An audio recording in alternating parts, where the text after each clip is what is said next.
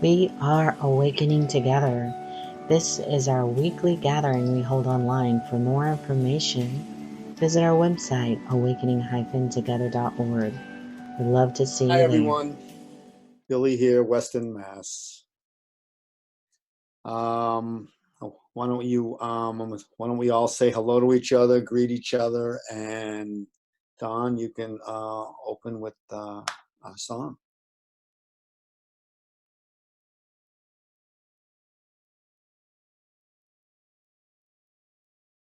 Now? Yes. Awesome. Okay. All right. I'm going to read the purpose, statement of purpose. We are an assembly of equals joined in common purpose, awakening to one true self. Within an appearance of many faiths, many cultures, and many symbols, we seek to discern one truth and to rest in its embrace. We also have 5 core values, and today's core value is going to be number 5, which coincides with my homily. We accept all forms as temporary appearances, permitted through enduring awareness of self. We live this value by honoring all appearances and all experiences while continually reflecting on changeless truth. Yeah, have you ever seen the rain? Thank you. Raindrops with the sun rays going through them. Adversity creating a positive and a negative, creating a rainbow. It's awesome. Anyway.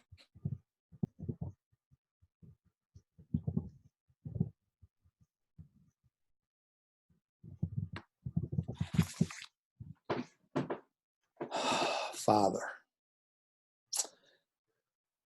we would like to turn this gathering, this meeting, over to the Holy Spirit, that he may be in charge of all our thoughts, our feelings, and our words. We are gathered here on a Sunday morning in our time to join with you, Father, each and every one of us, path to find our congruency with your love, to accept and receive it, to be one with it. And as we continue on this path, feeling our way, now with a knowing for vision and a certainty that an increasing illumination guides each step as we find comfort in the curiosity of the unknown. Because it is yours. And as it is yours, it becomes ours. In the totality of gratitude, our appreciation is our gift to you and to ourselves. Thank you. Amen. Well, I hope you can hear me. I am looking for,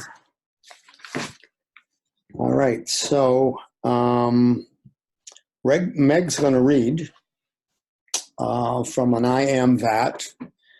The topic today is Everything's a Miracle, and I'm going to tie it all in.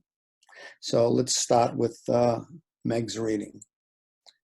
Meg? All right, good morning, everybody. It's really nice to be here with all of you. And we're reading number 48 from I Am That. The title is Awareness is Free. And it's a question-answer format. And I'm just reading a small portion, and then I'll hand it back over to you, Billy. So Maharaj says, The main thing is to be free of negative emotions, desire, fear, and so forth, the 6 enemies of the mind. Once the mind is free from them, the rest will come easily. Just as a cloth kept in soapy water will become clean, so will the mind become purified in this stream of pure feeling. When you sit quietly and watch yourself, all kinds of things may come to the surface. Do nothing about them. Don't react to them. As they have come, so will they go by themselves. All that matters is mindfulness, total awareness of oneself, or rather, of one's mind. The questioner asks, by oneself, do you mean the daily self? Maharaj says, yes, the person, which alone is objectively observable. The observer is beyond observation. What is observable is not the real self. The questioner says, I can always observe the observer in endless recession. Maharaj says, you can observe the observation, but not the observer.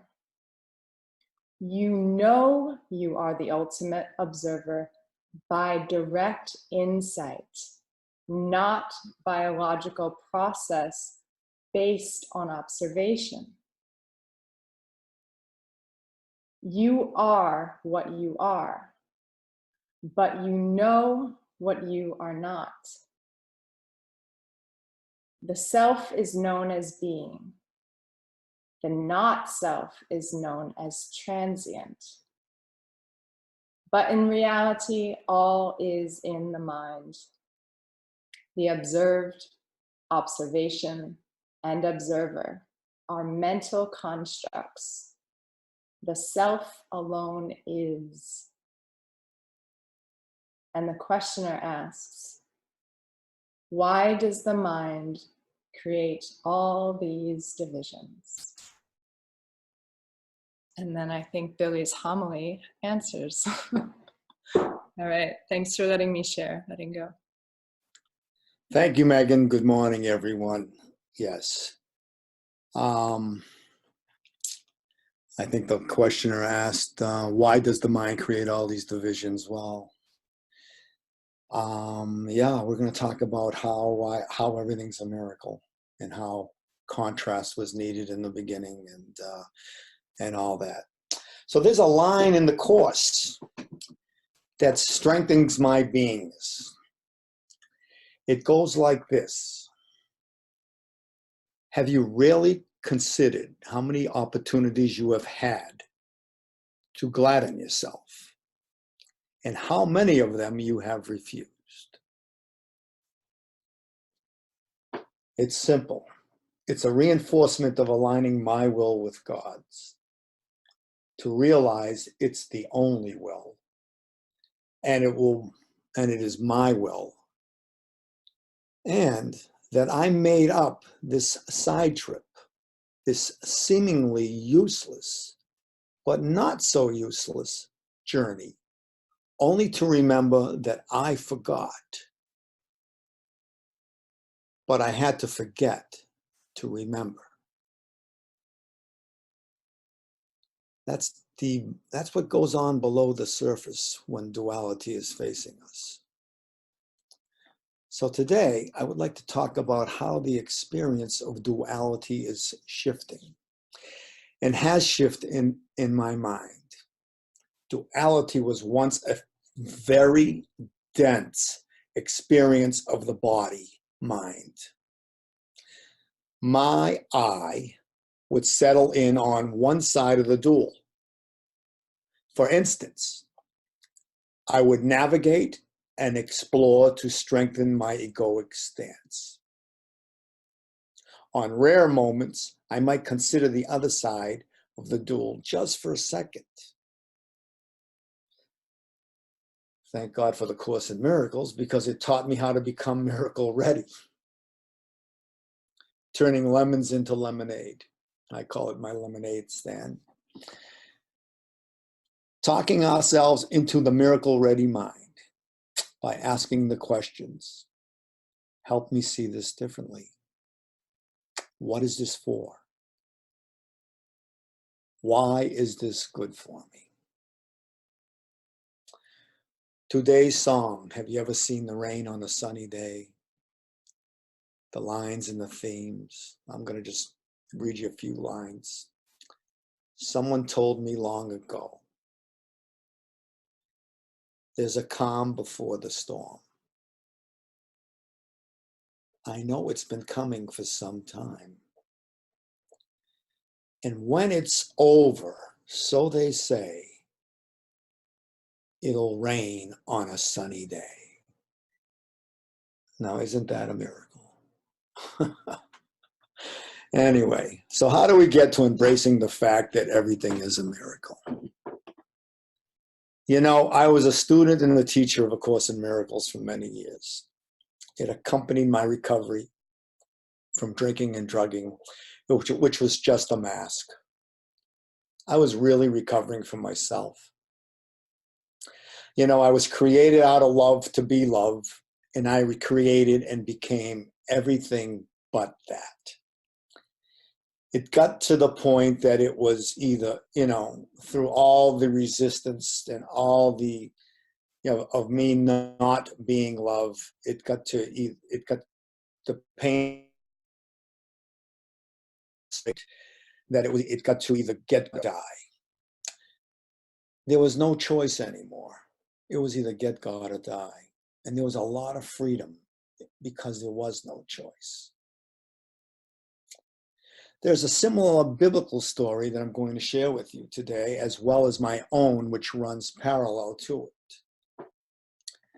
The story of Jesus going into the desert for 40 days and 40 nights. Now I'm going to have to apologize to you, the Bible purists here, because this is the Bible according to me. Okay. Anyway. Before Jesus got baptized, he seemed like he was a babe in the woods. He seemed like Bambi on the ice, remember? He was a nobody. But after he got baptized, the Spirit was on him. And the Holy Spirit led Jesus into the desert to fast for 40 days and 40 nights. Here he was confronted by the devil / the ego,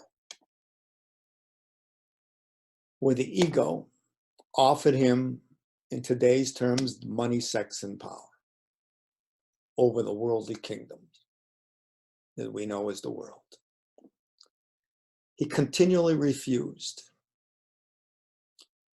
Now fasting with little to no food, the devil / ego, who has a file on all our weaknesses, offers him food and water.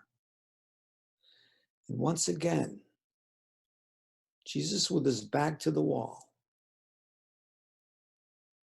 No way out.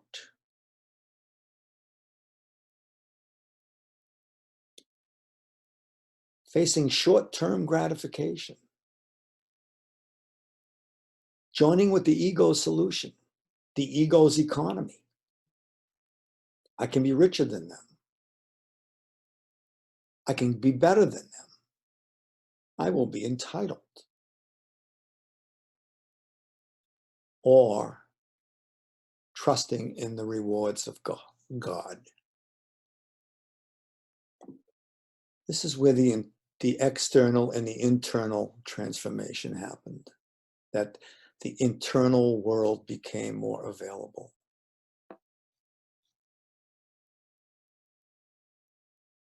I asked myself, why the desert?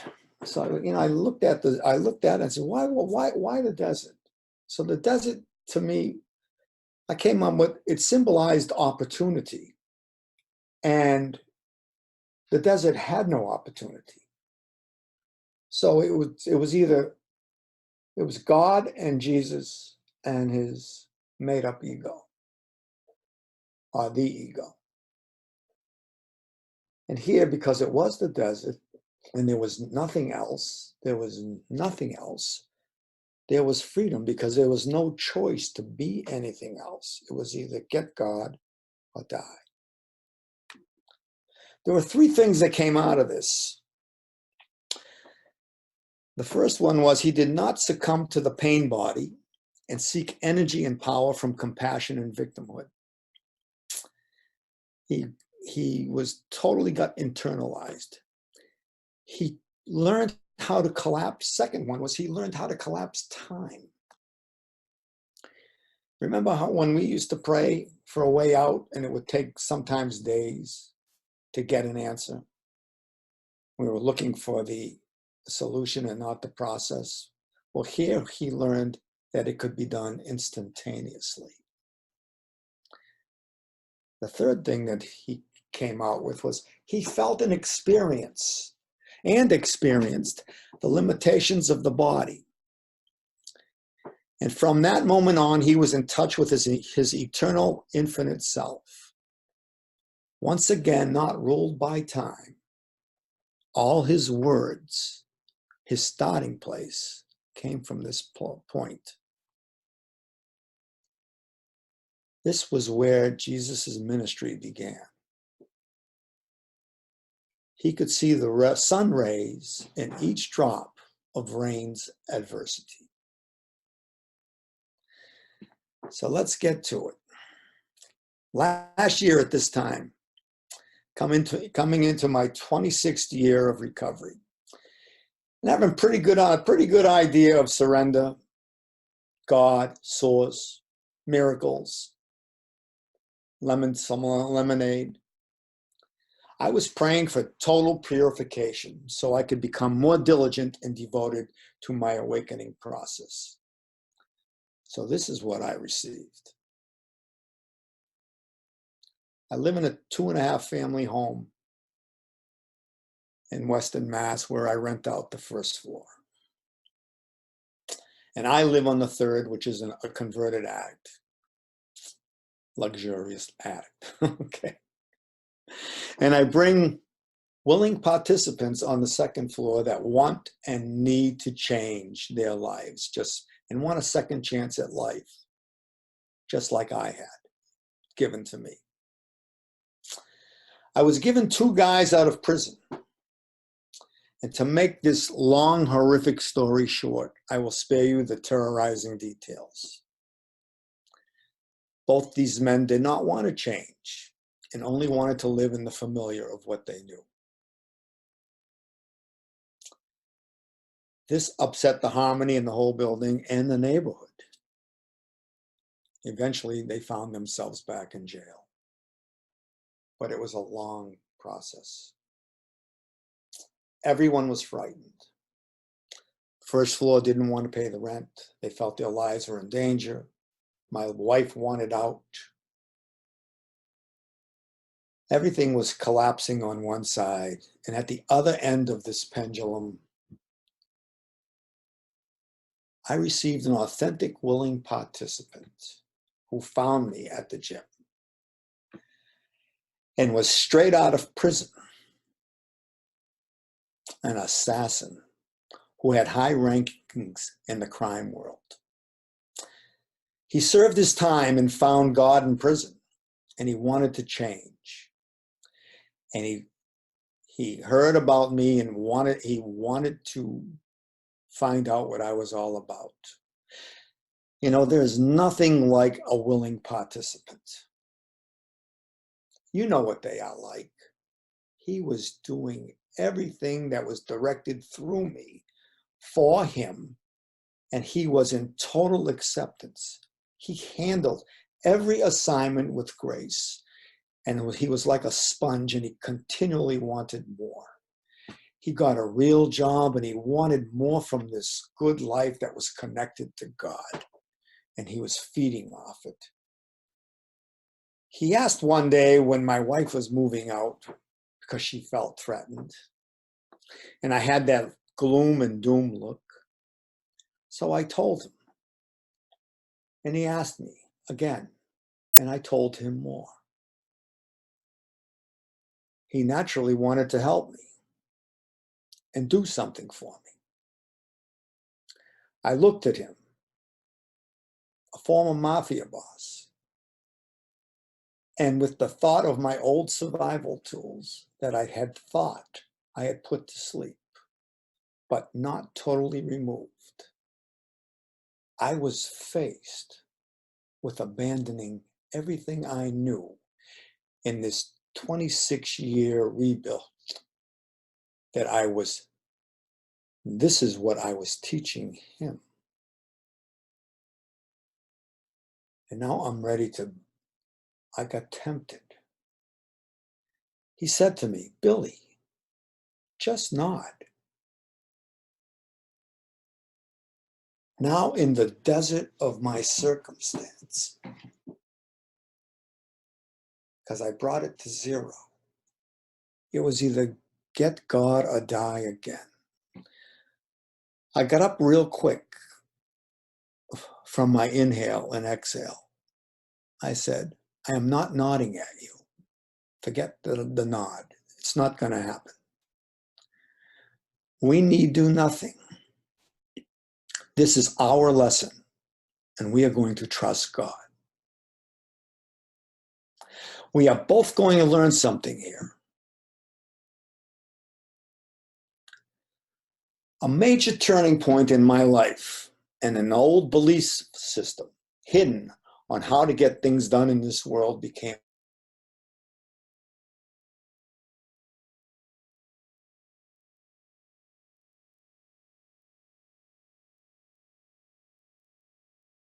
realized. The realization and stayed in the process. The story resolved itself, and not with me bypassing total surrender to zero. You know, I spoke about getting to zero in my surrender process and not to go to -1 on the negative side and bypass zero and then ascend into the plus column with holding on to something I did not want to let go of. You know, and now I'm not going to be living in the totality of receivership, because instead I still know better than God. Ever been there? Yeah. So I'm going to take you through the experience of duality and surrender in the mind, and as the mind, for the mind to become miracle ready, to change and become as like source, as like God, as like love. You know, I'm going through a hypnosis certification. So you know, and if you've ever been hypnotized before, they take you down these steps to get ready to implement, to talk to your subconscious. So this might have a little bit of that in it. Okay. I'm ready for change. I'm ready to go to the negative, from 10 to 6, and release these slight irritations to move toward and rest in beingness. 5, no resentments. Forgiveness quietly does nothing. 4, judgments. Do I do this to myself? Do I do this to others? 3, do I see my part in the separation? 2, giving birth to sameness. 1, releasing the I am that. 0, no mind, no opinions, total receivership. Now this is all done in a feeling in an instant, but I wanted to break it down. It doesn't really happen. It happens like that, but it happens in a feeling. So on the intellectual side of this ascend, one, I've backed myself into the will of God and feel it. Two, I'm certain about my next step. Three, I take it because somewhere after the faith and the willingness, I felt the comfort of following to take this next step. Four, and in the comforting of the following, now momentum's compass escorts me beyond duality's battleground, but into the light of I am, without the I am that. And now the vibration that accompanies the light is also ready to become congruent with this sacred light of the I am. 5. Now the fun part, for which I am responsible. I get the people, this vibrational change, and subconsciously train them on how I want them to treat me. 6. Thank you, Father. Thank you for showing me where I wasn't in total love, by showing me the part of myself I wouldn't hand over. In understanding the concept of duality, there was always a strong knowing that the contrast serves in the healing of my mind. You know, this countdown and ascend, count up, this is just, this happens in an inhale and an exhale today.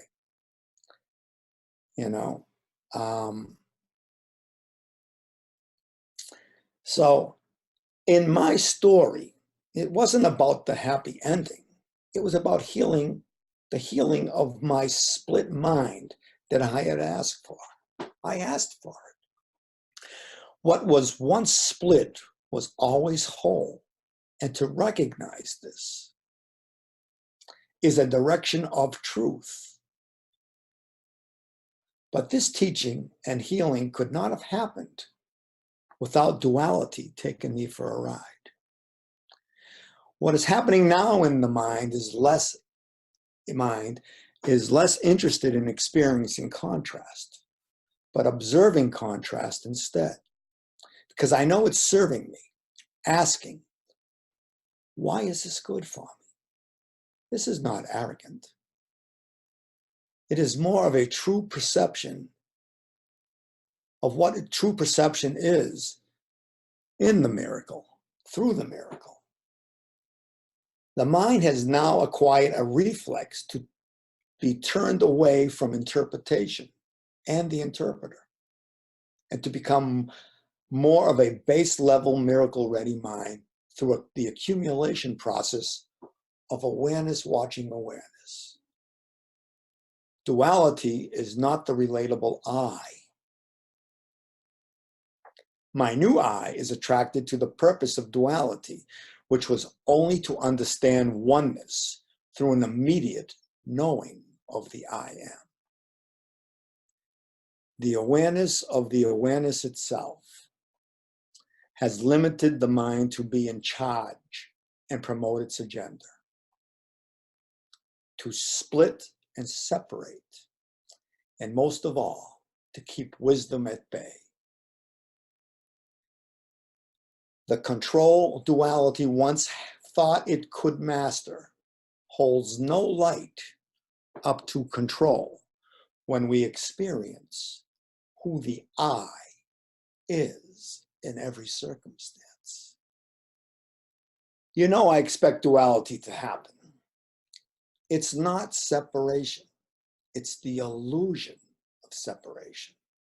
Becoming the observer of duality and becoming the witness for the miracle to happen sends the message that we are now traveling to the gate of what's before awareness.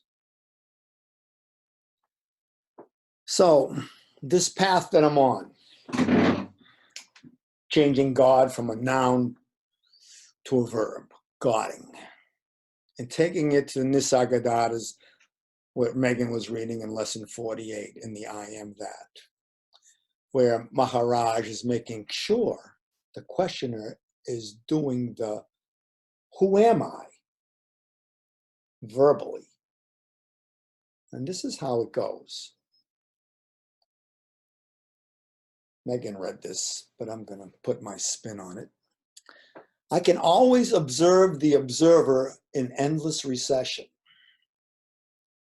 And Maharaj goes, you can observe the observation, but not the observer. You know, you are the ultimate observer by direct insight, not by a logical process based on observation.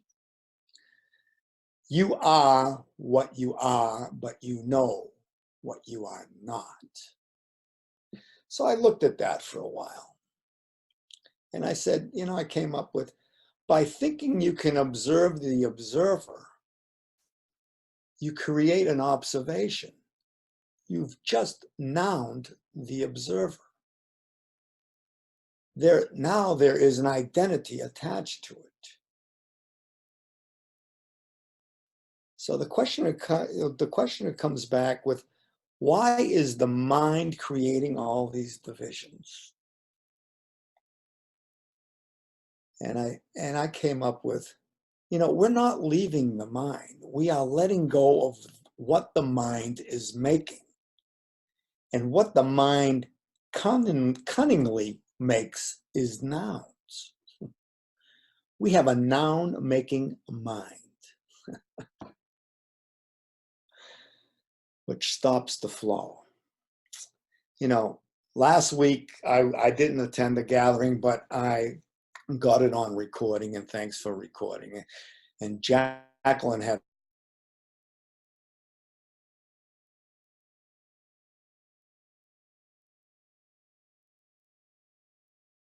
a very rich reading that spoke to me all week, from living from our deepest knowing. The first line is, and it comes from, I think her name is Dorothy Hunt.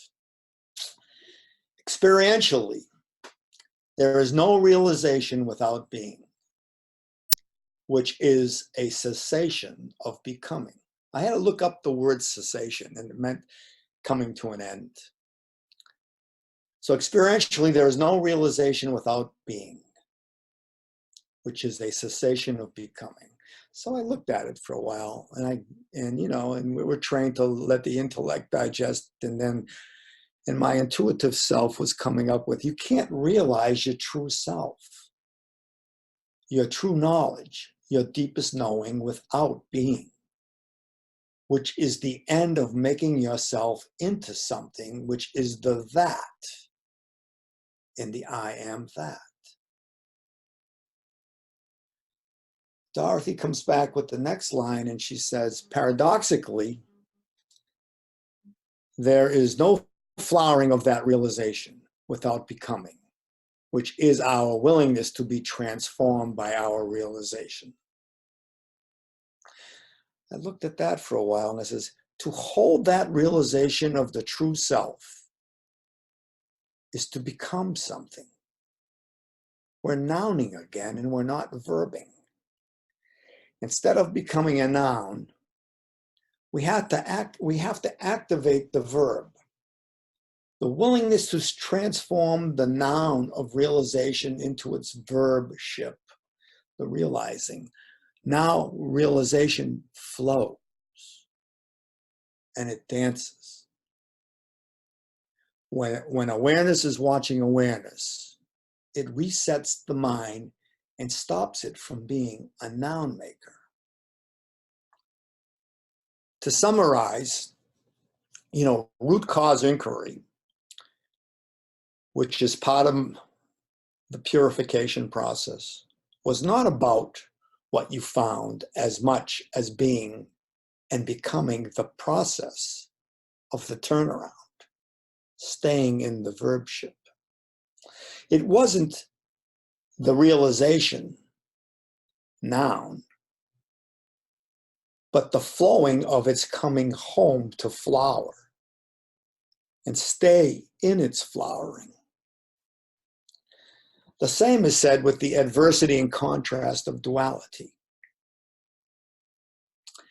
It was becoming the process to turn around, to the turnaround, to become love with no opposite. This process of becoming and being, it's not visible. Otherwise, it would be something. So what I'm saying is, it is in becoming. Now, what is before becoming is something I haven't experienced consistently enough. And if I had, I don't know if I could keep this realization in verbship with words. So, I'm going to let go of the mic.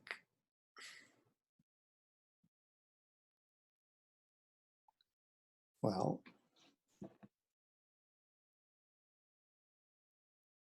you know, this internal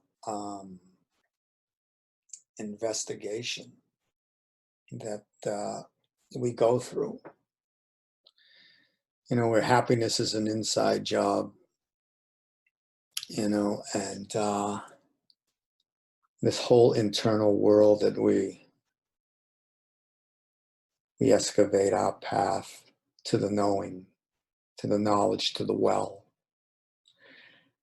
And all the little side trips that we take to get there, you know, these emotional side trips that, you know, they're all, you know, all the resistances in our lives that, you know, the people that give us the hardest time, the guru, I call them the gurus in my life that that are helping me to get to the next place. They're always showing me that part of myself where I'm not loving myself.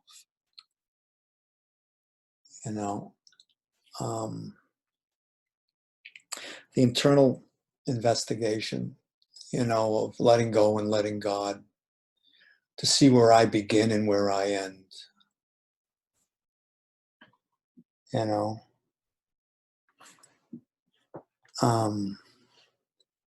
anyway, would anyone like to share?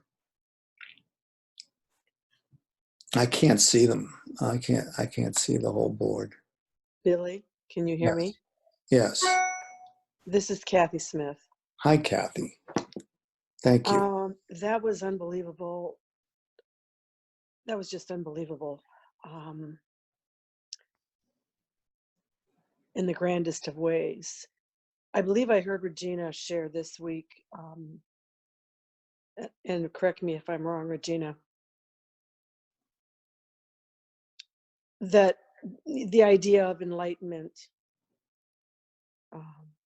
beyond the idea is really about living life, capital L, living life is enlightenment. And that's what I heard you say at the end of your sharing, you know, using different words, but to me that is what, that was the miracle in the moment when we are at a choice point and we can either stick with our feet in the cement, pardon the pun, but the ways of thinking that have, you know, literally tortured us in our existence, or allow the miracle. And I heard you say, I took a breath.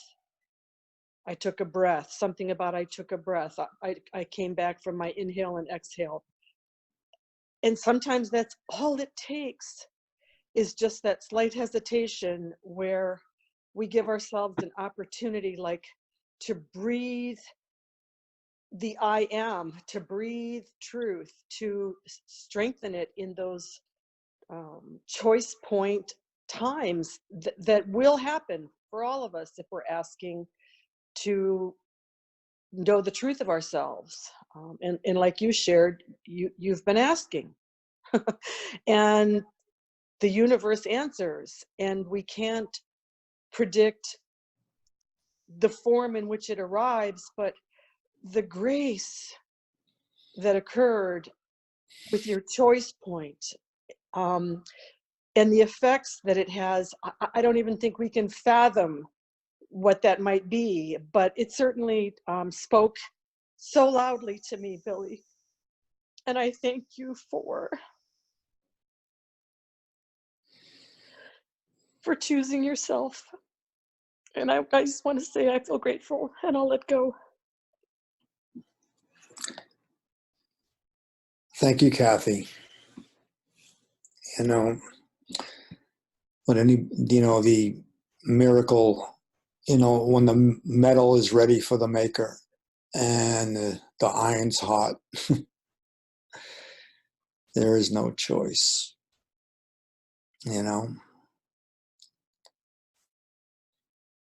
And would anyone else like to share? I can't see you, so just grab the mic.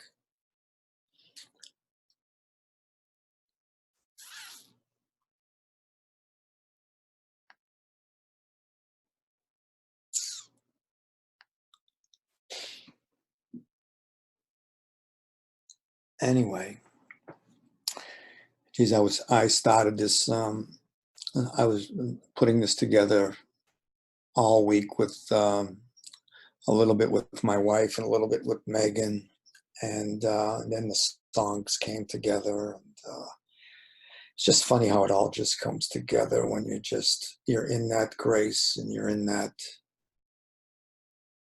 that the path is constantly unfolding. It's constantly flowering.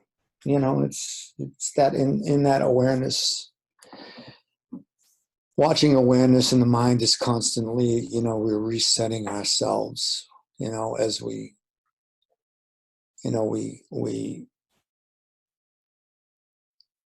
evaporate the nouns, the yesterday, what love looked like yesterday. That's a common trap for me. Like, oh, I was loving like this last week. And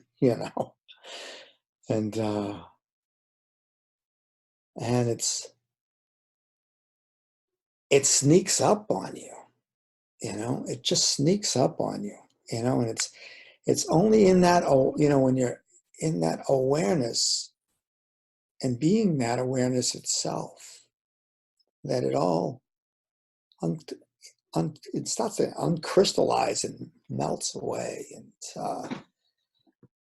and you're flowing again, and you're flowering again, and you're in that realization, of the light of the I, and not even the I am yet. You're just in the light of the I. So. Hey, I'll take the mic. Thanks, Meg. No problem. Yeah, I heard, thanks for your service. And, I heard a few things. Mostly, first I heard, as we increase the intensity of our desire to wake up, there's almost an acceleration of the separate illusionary self that comes up to match that intensity.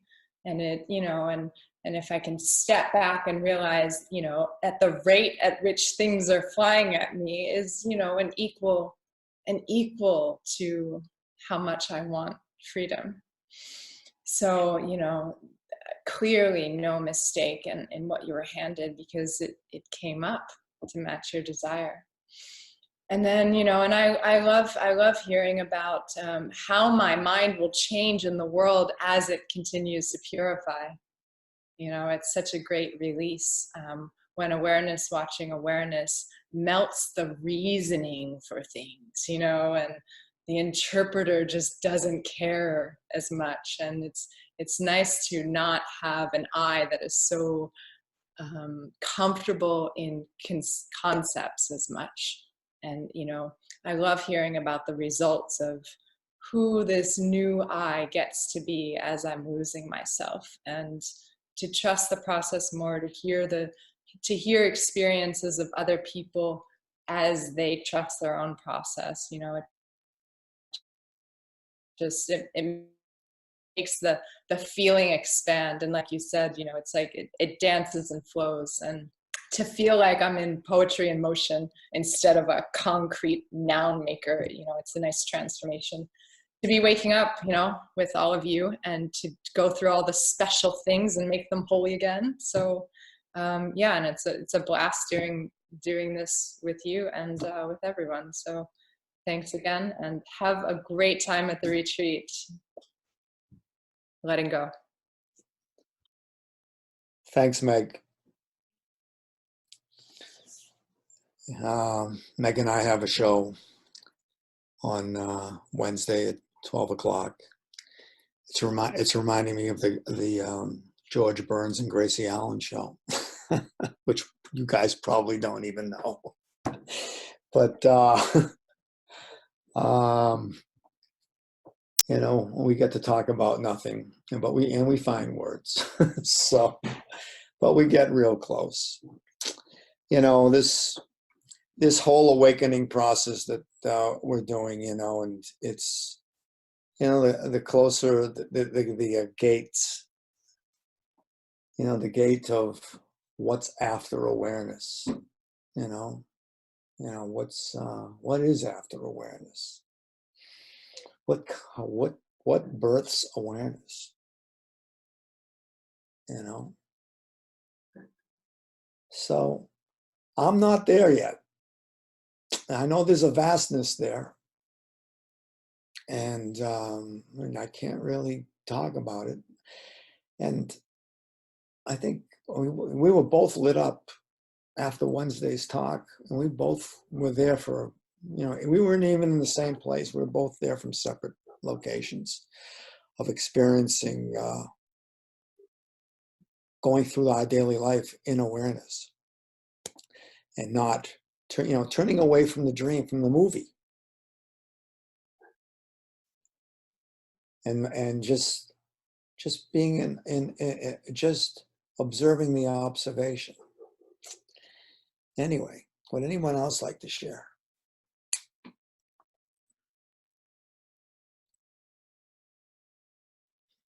Reiterate that Regina will broadcast from the fall retreat house for the 2 hours, and wow, the author of Awareness Games. Games are playing with your mind to create joy.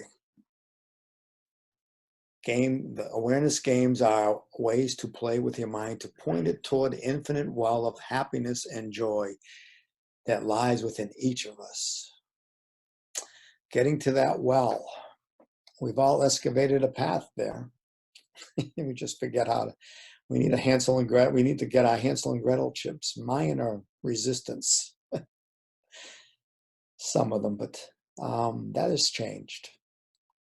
Anyway, I'm going to turn the mic over to Dawn, and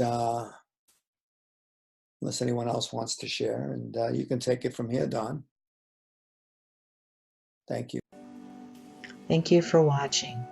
This was our weekly gathering that we hold online. For more information, you can visit our website at awakening-together.org, or you can subscribe to our Awakening Together channel and click the bell for more notifications when we post our weekly gatherings. Thank you again for watching.